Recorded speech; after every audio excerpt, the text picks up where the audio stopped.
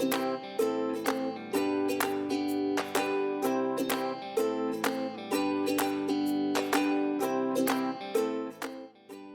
Jessie Dean.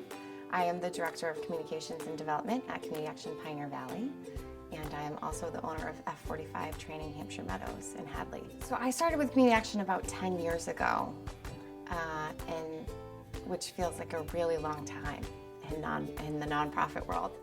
But it's just, I have the best job in the world. I work with 350 superheroes that go to work every day with the sole intention of making our community a better place, and I have the task of sharing that good news. So it's been a really fun 10 years. F45 Training is the fastest growing fitness network in the world, and we are proud to be the first F45 in Massachusetts. So F stands for functional, 45 stands for 45-minute sessions, and really what it is personal training in a group environment. So you get all the benefits of the individualized attention, but you get the support and the motivation of the group. Community Action just does incredible work. We help 30,000 of our neighbors in need each year and really build access, opportunity, and community in a strategic network of support services. So we offer food pantries and fuel assistance, Head Start, and homelessness prevention, and we do a lot. And so my role with Community Action is I have the opportunity to connect our generous neighbors with a real opportunity for them to make a difference. And so with F45, I have the opportunity as a business owner to then support a lot of the other great nonprofits in the area. One of the things I'm most proud of is this year we've had the opportunity to donate about $40,000 in cash and in-kind services to 21 local nonprofits. So I'm really proud to be a champion of the great work that's being done by local nonprofits and also a supporter. I'm really honored to be this year's Chamber MVP. As someone who represents both a nonprofit and a business, it's become really clear to me that we're all facing similar challenges. And to have a chamber that is invested in not only the success of its members, but also invested in building community as a whole is really remarkable. And so if I have, in some small way, contributed to that momentum, that's something I'm really proud of. Every day I tell my kids we are responsible for our own success and our own happiness, but that being said, it doesn't hurt when you have a caring, compassionate, supportive community behind you, and that's what the Chamber's been for us.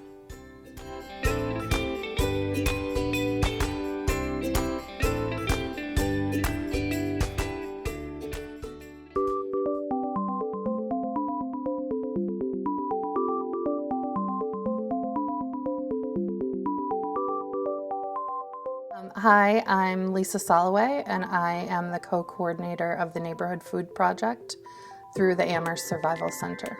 I'm Jocelyn Potter, and I'm the co-coordinator of the Amherst Survival Center's Neighborhood Food Project.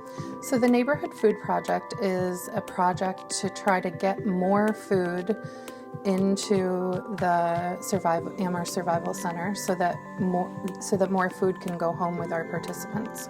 We're asking people to be neighborhood coordinators, and a neighborhood could be the neighborhood you live in, it could be your business, it could be your office, your book club, just a group of people that you see regularly. So what we ask is that you maybe get 5 to 10 people in your neighborhood, give them each a bag, and ask them each week as they go to the grocery store to put an extra can of beans or a box of pasta in this bag. And 2 months later you go back and you pick up that bag the third Saturday of even months, and you replace it with an empty bag. And then you head on over to the Survival Center, where we have volunteers weighing, sorting, and stocking the shelves with food. Currently in the food pantry, we are able to send everybody who comes in home with about 5 days worth of food, and our goal and through the Neighborhood Food Project is to increase that amount to about 7 days worth of food per person who walks through our doors. In the first year of the project, I think we collected almost 6,700 pounds of food. To date, we're closer to 15,000. So through this project, we've been able to increase the amount of food that's in the food pantry and distributed to participants.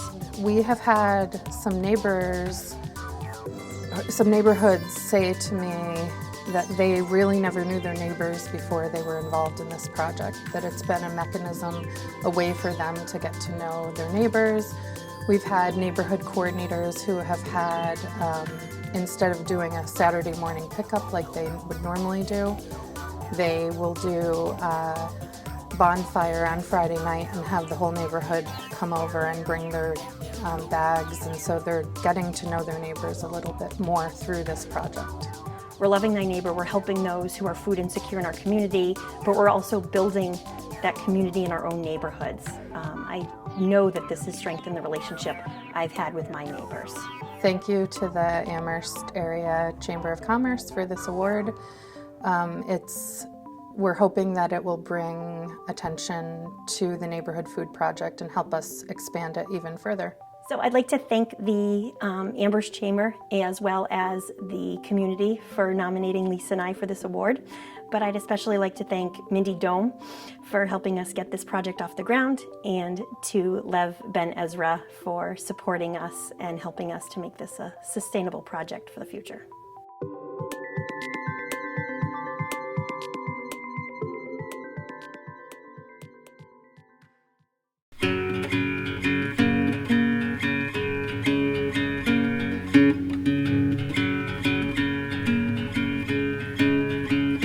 Hi, my name is Carly Furcade. I'm the Operations and Student Engagement Specialist for the Berthium Center for Entrepreneurship at the Eisenberg School of Management.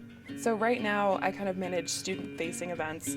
So right now we're doing startup boot camps, I do a lot of venture coaching, I manage our incubator space. So there's a lot of really, what I consider really exciting work, working on something that I'm personally really passionate on, and just helping student founders kind of find their voice and find their role. And I knew I'd wanted to start a business from, like, when I started going to school. I just didn't know what I wanted it to be yet. I took a gap year before I went to school, and I knew I wanted to do something. I was just waiting for the right idea until I kind of saw something that was just right in front of me, something that I felt really passionate about and I felt like was needed. The Travel Unicorn is an LGBTQ travel guide that works to connect travelers to safer destinations based on their recommendations. So I kind of looked at it as like a TripAdvisor for the LGBTQ plus community, because there was nothing really out there like it. And it was really meant to be a place for people to share stories and their own experiences of what it's like to travel, either internationally or nationally, so they can share their own stories and experiences. I think the Amherst businesses can benefit from utilizing our entrepreneurs and our young minds in our community by working with them and utilizing them for their new ideas and their creative mindset and their innovative spirit, because they're smart people and they want to get things done. And I think there's a huge community of colleges and students and young people that want to become more involved and want to do things and solve tough problems, so you don't have to do it on your own. There's a huge base of people that want to help, and they're here to support. I guess I'm just really thankful. I'm thankful for the work that I get to do. I'm also really thankful for this award, because I think it's something that I really find valuable. I think learning how to lead and be a young professional in your own way. I mean, I'm thankful that I get to do what I do, because I've been in other jobs that I don't love it, and this is something where I come to work and I'm really passionate about the work that I'm doing, and I really care about the students that I'm working with. So I'm glad that it's showing in this way too. I'm excited to see what's kind of going next, not just for UMass, but for Amherst and the region, because I think we're just growing as an entrepreneurial hub, and I think that's really incredible.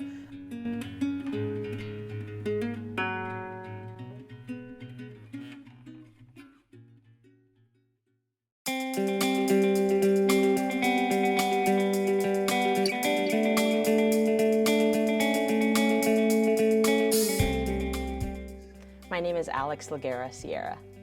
I think Amherst Innovative Living provides a unique perspective. It also provides an ability for people to interact with Amherst in a different way than they were able to before. As the Director of Property Management, I oversee all of the other departments, but my main focus, I would say, would be on the operations side. It's important to recognize that our projects are Olympia Place, Kendrick Place, and One East Pleasant, and then we also have Boltwood Place right behind Judy's, and then we manage Amherst Works, which is our co-working space right there in the middle of downtown. We wanted something that would set us apart from other housing that was available in the area. I think one of the biggest things was establishing what was most important to today's resident. So recognizing things like secure fob entry, being able to have a fitness center in your building. Some of our projects even have flex spaces. For Amherst Works, where it talks about being innovative, I would say the ability to have offices as well as meeting space, as well as phone booths to have personal conversations or business meetings, all of that didn't really exist here. And so I think we filled a bit of a void.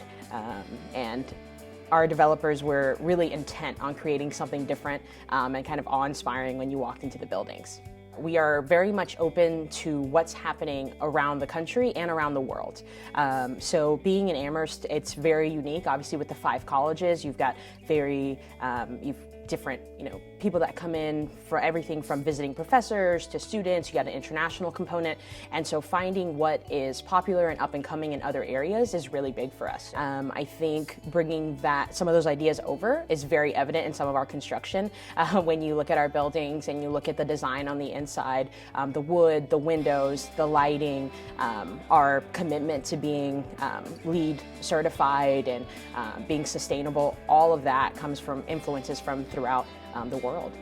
I would say one of the biggest things for us, and I think one of the things that the Chamber has kind of driven home and that I've really been a part of, is establishing a presence for Amherst Innovative Living separate from the construction and all of kind of the worries that brought forward. I think with my introduction to the management, our development of a staff, our creation of a team, and our ability to kind of become more of a part of the Amherst community has been really important to ownership. Our goal is really to say, this is how we're contributing to the community, this is how we're making it more diverse, this is how we're making it better. It's exciting to be a part of. I love it, and I think Amherst is fantastic, and I'm excited to see kind of where we go.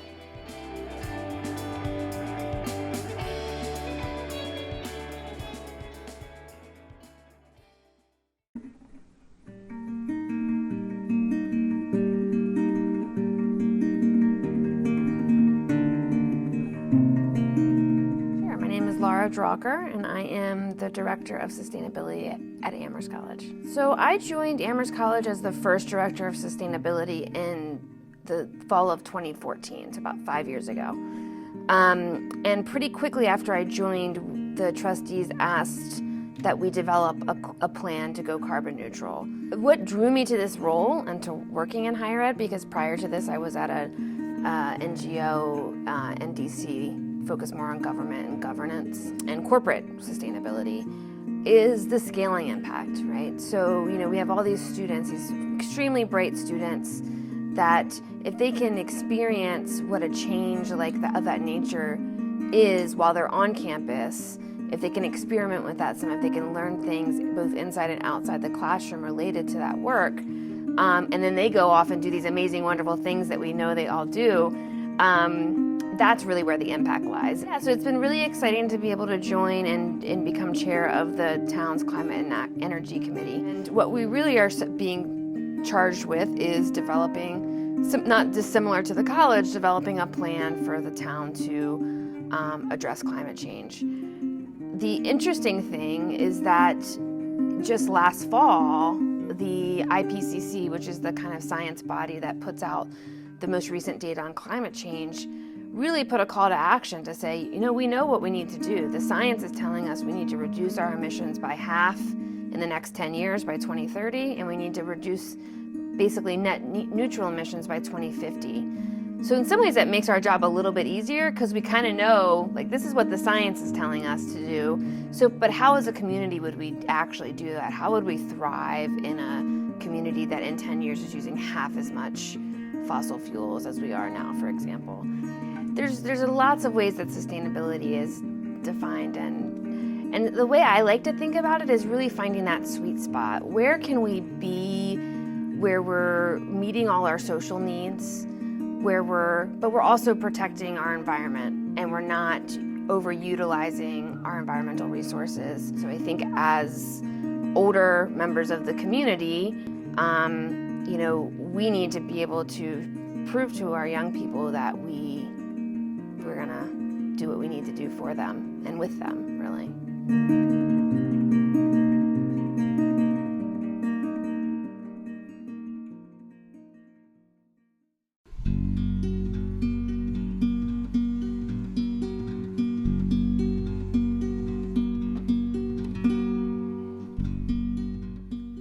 is Shardul Parmar.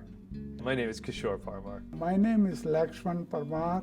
You see, I came to this country in 1984, and I was living in Connecticut with the other family, my wife's family, and they had some motel there, so we were living with them, but I was working in some small factory. I'm an electrical engineer by trade, and so then I bought a hotel with a partnership in Springfield. It is on Boston Road, So somebody said that there is a motel in Hadley, and they had a nice school there. So I bought this hotel, small hotel, 22-room hotel, and we moved here in 88. I started at a very young age. I was about 10 years old.